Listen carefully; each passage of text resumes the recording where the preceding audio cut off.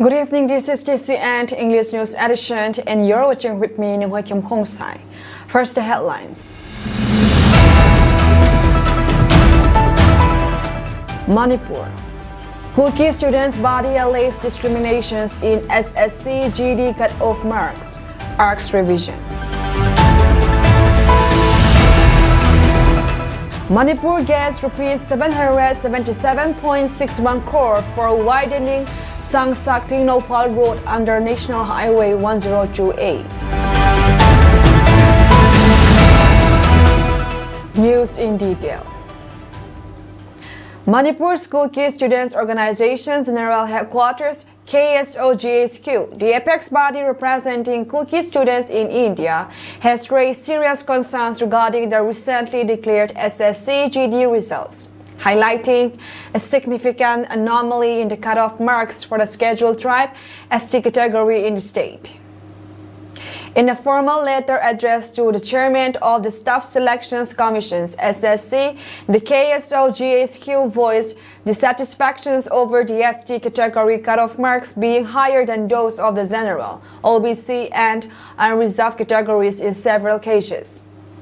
They argue that the inconsistency undermines the principles of fairness and equal opportunity, disproportionately affecting eligible tribal candidates aspiring to serve in the nation's defense forces.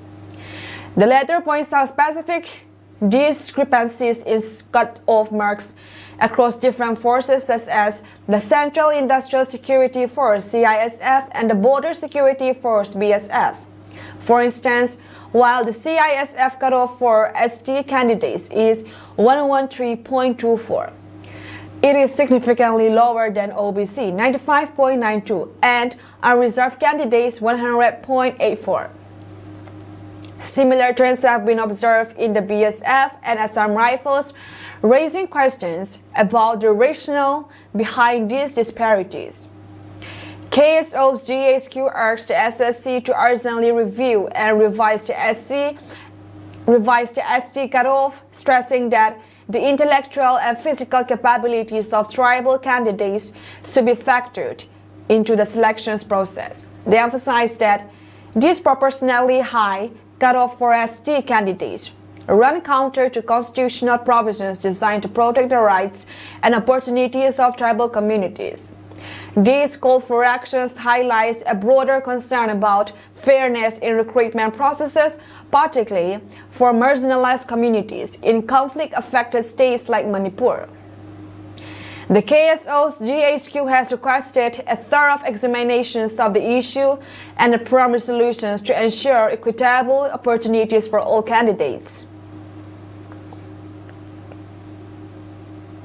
The government has sanctioned a budget of rupees 777.61 crore for widening and upgrading of the Sangsak-Tinopal Road, Package 3 sections of National Highway 102A in Manipur. The project, announced under the annual plan for 2024-25, aims to convert the 48-kilometer single-lane road into a two-lane stretch with a hard shoulder.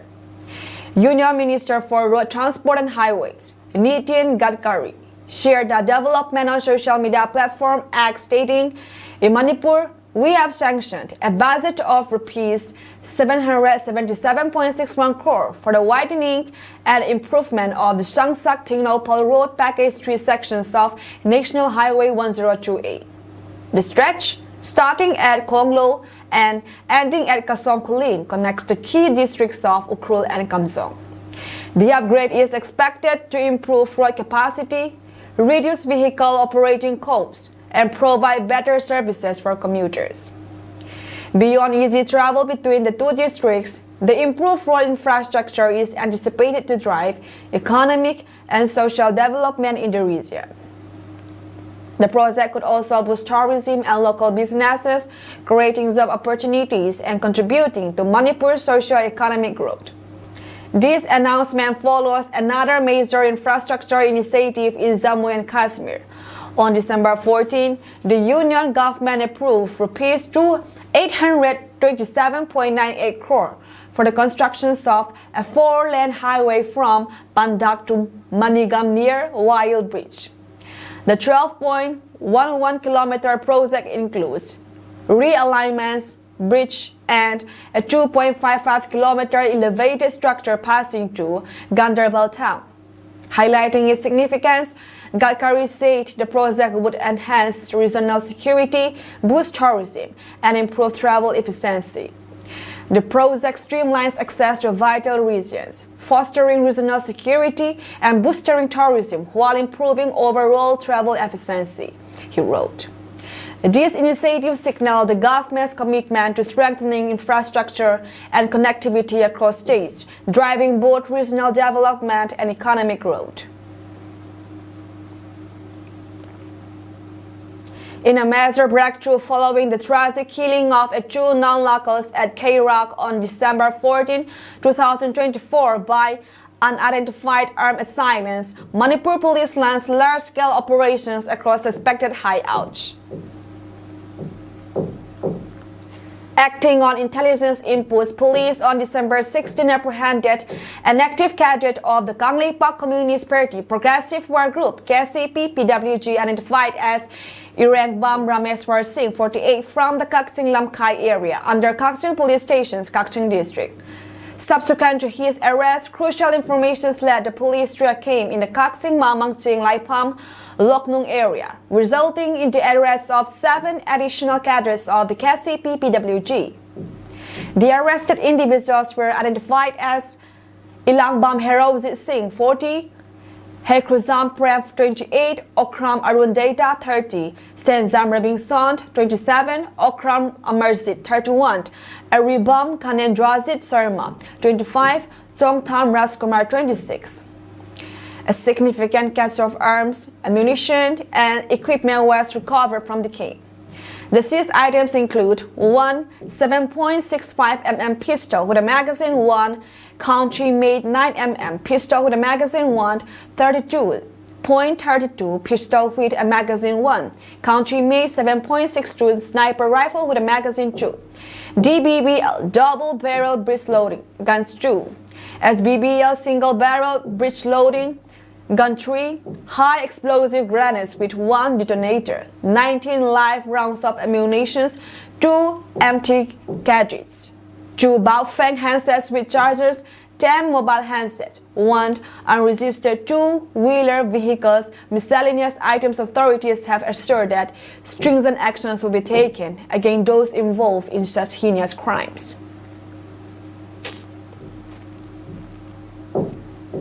The 129th Battalion of the Central Reserve Police Force (CRPF) made a heartwarming visit to Dorcas Bank Relief Center in Chorichampur, Manipur today, December 17, 2024.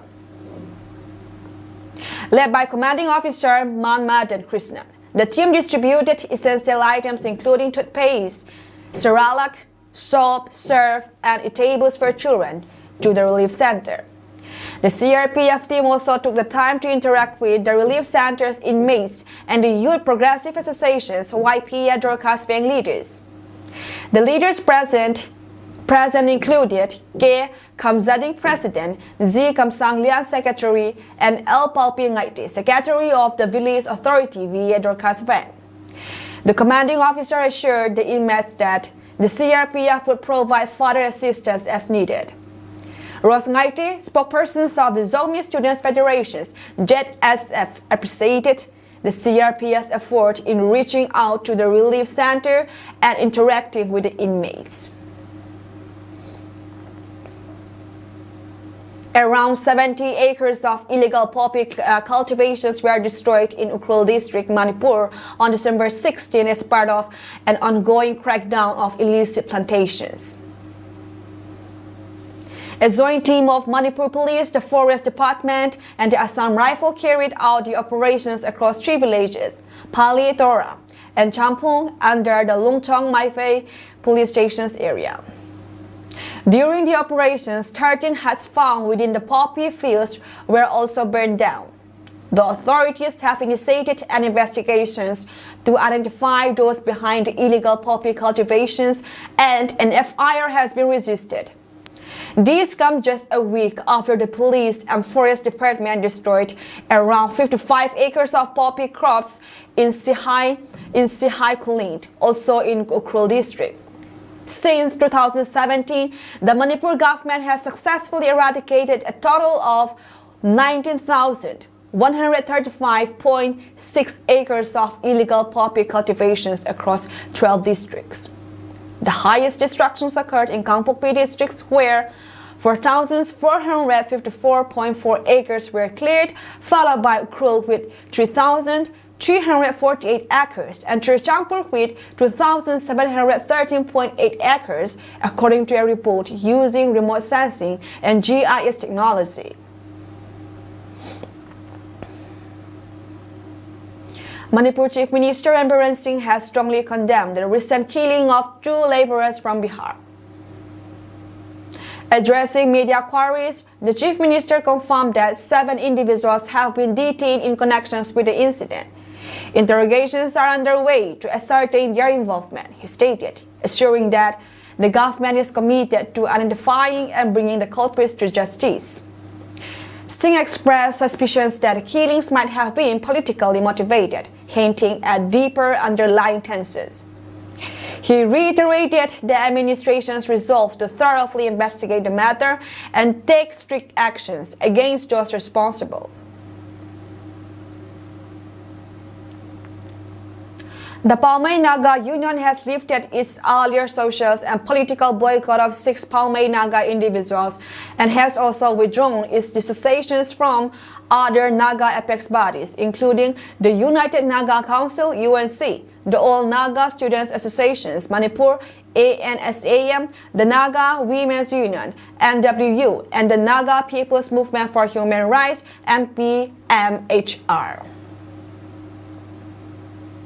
This decision follows careful deliberations and is in alignment with the letter of commitment signed on 26 November 2024 between the NSCN or ZPRN and the official delegations of the Paumei Naga Union. These resolutions were adopted on 13 December 2024. The decision reflects a commitment of fostering mutual respect, reconciliations, and peaceful coexistence among all parties involved. The agreement signed on 26 November 2024 served as a testament to the shared visions of resolving conflicts through dialogue, mutual understanding, and trust. The Paumei Naga Union's actions demonstrate a sincere effort to honor its commitments and work toward harmonious relationships among all stakeholders. The PNU also requests all concerned parties to take note of this development and provide any necessary guidance or support to ensure the successful implementations of the resolution. The Paumei Naga Union reiterated its commitment to upholding the principles of justice, unity, and peace. Its joint operations by Assam Rifles and the Customs Preventive Force Champhai led the seizures of 77 cases of foreign origin cigarettes valued at over rupees 1 crore in Chungte, Champhai District, Mizoram. The operations was conducted on December 16, 2024, based on precise intelligence inputs according to an official release. In yet another success in its crusade against smuggling activities, Assam Rifles recovered 77 cases of foreign origin cigarettes worth rupees 1 crore in the general area of Chungte, Champhai District on 16 December 2024. The confiscated consignment has been handed over to Customs Preventive Force for further legal proceedings. This seizure underscores the persistent challenge of contraband smuggling in Mizoram and surrounding areas. Assam Rifles, often referred to as the Sentinels of the Northeast, has been actively working to combat smuggling networks in the region. The paramilitary forces not only seizing illegal goods, but also intensifying efforts to identify and apprehend key operatives involved in these activities.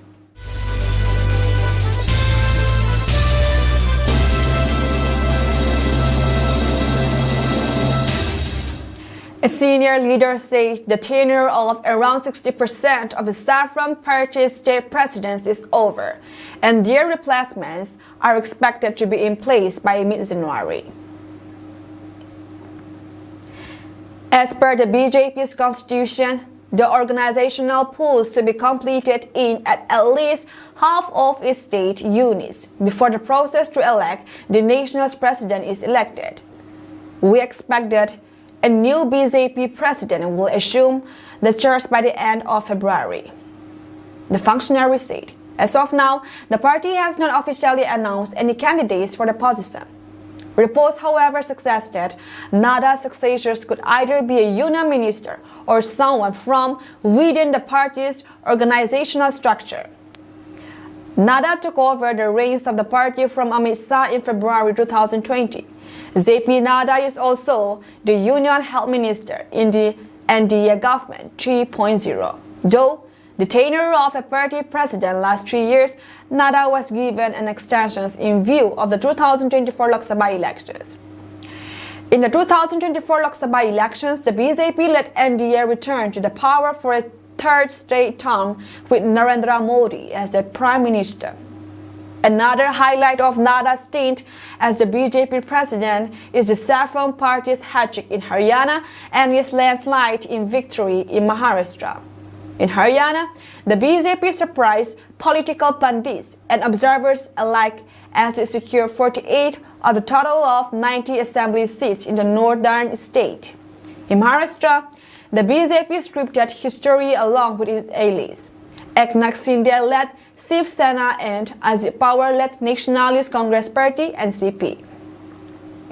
The BJP won 132 seats in the state, followed by Shiv Sena at 57 and the NCP at 41. With these, the BJP-led Mahayuti alliance in the state backed a total of 230 seats.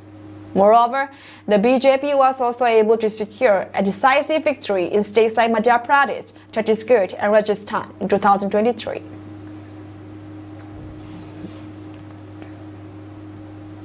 Indian tourists may soon also be able to travel to Russia without a visa next year. Since August 2023, Indian travelers have already been eligible for e-visas to Russia, which are typically processed within 4 days.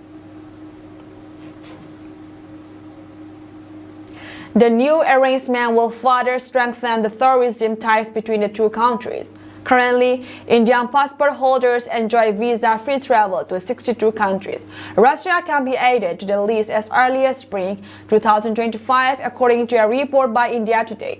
In May, Nikita Kondratyev, director of Russian Economic Development Ministry's Department of Multilateral Economic Cooperations and Special Projects, said, India is at the final stage of internal state coordinations. The consultations between Moscow and New Delhi started regarding a bilateral agreement in June this year to ease visa restrictions, aiming to launch visa-free group tourist exchanges. Russia and India are set to strengthen their tourism ties as they gear up for the launch of visa-free group tourist exchanges. The first round of consultations between the two nations is scheduled for June, with an aim to finalize a bilateral agreement by the end of the year.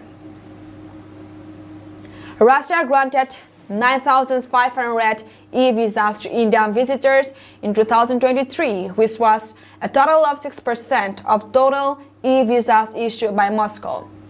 This puts India among the top 5 countries which were granted easy travel access by Russia. In recent years, Moscow has been witnessing an upward tick in visitors from India. According to Evgeny Kozlov, chairman of the Moscow City Tourism Committee, 28,500 Indian travelers visited Moscow in the first half of 2024, marking a 1.5-fold increase compared to the same period last year. In 2023, India ranked high in terms of travelers coming to Moscow among non-CIS countries, with over 60,000 visitors, a 26% rise compared to 2022, said Kozlov, according to a report by Business Standards. Per the report, most Indians go to Russia for business or work. India ranked third among visitors from non-CIS countries for business tourists in the first quarter of this year. Moscow authorities consider India one of the priority markets due to the strong, time-tested ties between the two countries, Coxwell added.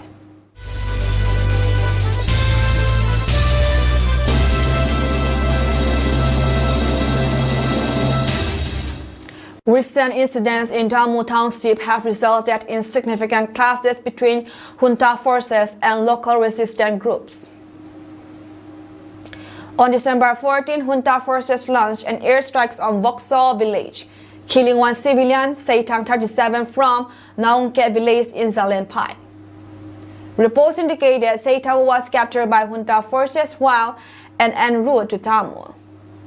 In another incident, on December 12, 34, junta forces personnel escaped from the People's Defense Force (PDF) jail camp in Tana. The PDF has captured 22 prisoners from Mutit and 12 from the surrounding areas of Tanan and Minta. The PDF's successful attack on the junta forces camp was reportedly facilitated by Zatet, a former Myanmar army soldier who defected to democratic forces and joined the PDF. Previous clashes between the junta forces and local resistance groups have resulted in significant casualties. In May, the KNAB and PDF launched a joint attack on junta forces camps in Mutit and Tanan, capturing several soldiers alive.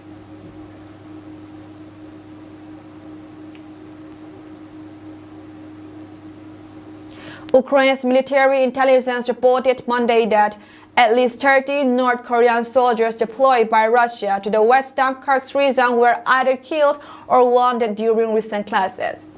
This development marks a significant escalation in the ongoing conflict between Russia and Ukraine, especially as Russian forces continue their efforts to reclaim territories lost to Ukraine's surprise offensive earlier this year. According to Ukrainian officials, North Korean troops have been deployed to reinforce Russia's military presence in key locations such as the Kursk border region, where Ukrainian troops staged a surprise attack in the summer.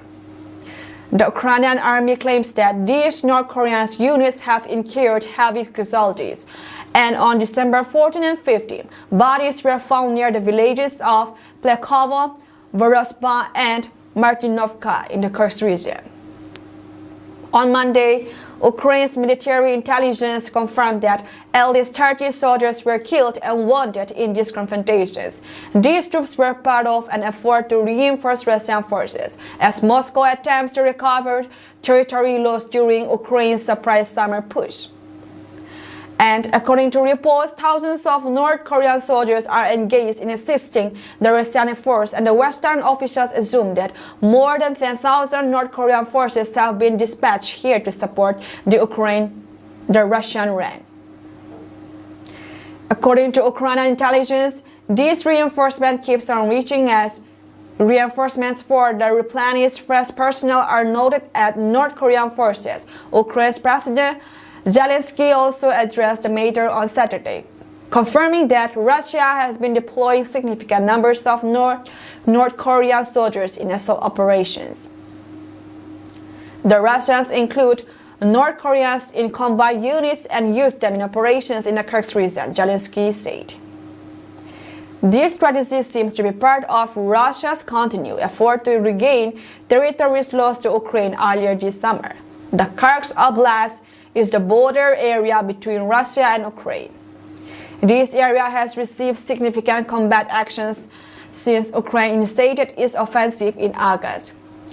It is reported that the Ukrainian army was making good initial gains until Russia regained small settlements in recent reports. Despite such reversals, however, the key territories held by Ukraine are still intact. Last month, an army source from Ukraine told AFP that the Ukrainian forces hold some 800 square kilometers of territory in the Kursk region.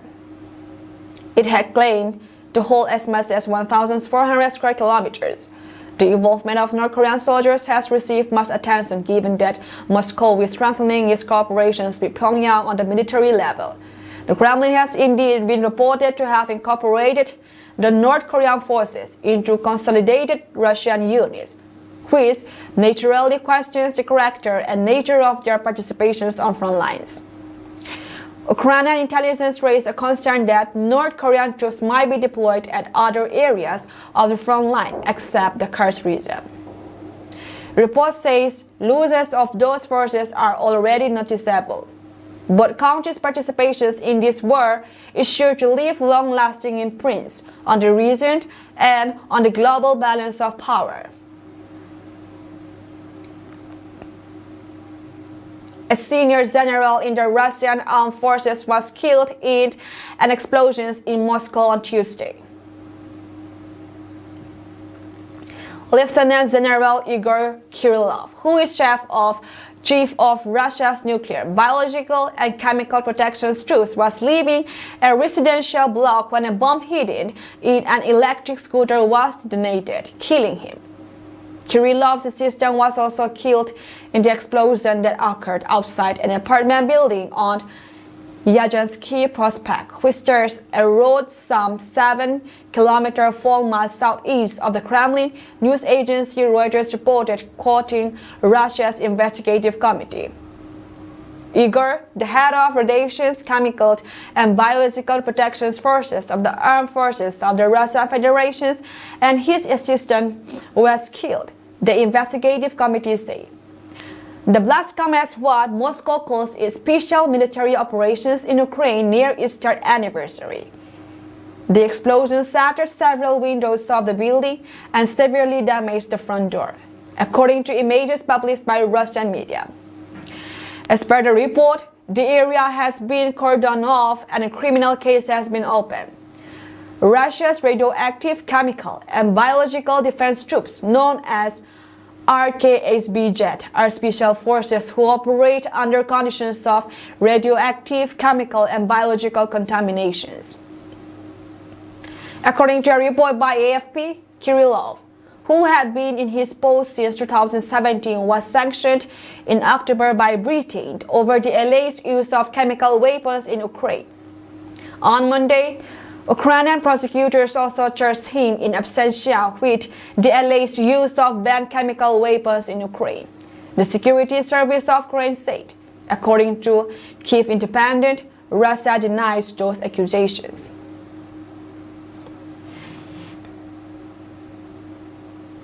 Twelve Indian nationals were found dead in Godari, a mountain resort in Georgia, due to suspected carbon monoxide poisoning. The victims, who were employees at an Indian restaurant in the resort, were discovered in their bedrooms on the second floor of the facility. Initial inspections by Georgia's Ministry of Internal Affairs revealed no signs of injuries or violence on the deceased. Confirming the tragedy, the Indian embassy in Tbilisi stated that mission has just learned about the death of 12 Indian nationals in Godari, Georgia. Deepest condolences to the bereaved families. Mission is in touch with the local authorities to get details of the Indian nationals who lost their lives. All possible assistance will be given. However, Georgian authorities reported that 11 of the victims were foreign nationals, while one was a citizen of Georgia. Preliminary investigations suggest the deaths were caused by carbon monoxide poisoning, likely from a power generator placed in a closed indoor area near their bedrooms on Friday night. A forensic examination is underway to determine the exact cause of death. The Ministry of Internal Affairs stated, in connection with the fact, investigative actions are actively being carried out. Forensic, criminalistic are working on the spot. Interviews of persons related to the case are being conducted. Appropriate examinations are appointed. The Georgian police have launched investigations under Article 116 of the Criminal Code of Georgia, which addresses cases of negligent manslaughter. That's all from us tonight, and we thank you for joining our program.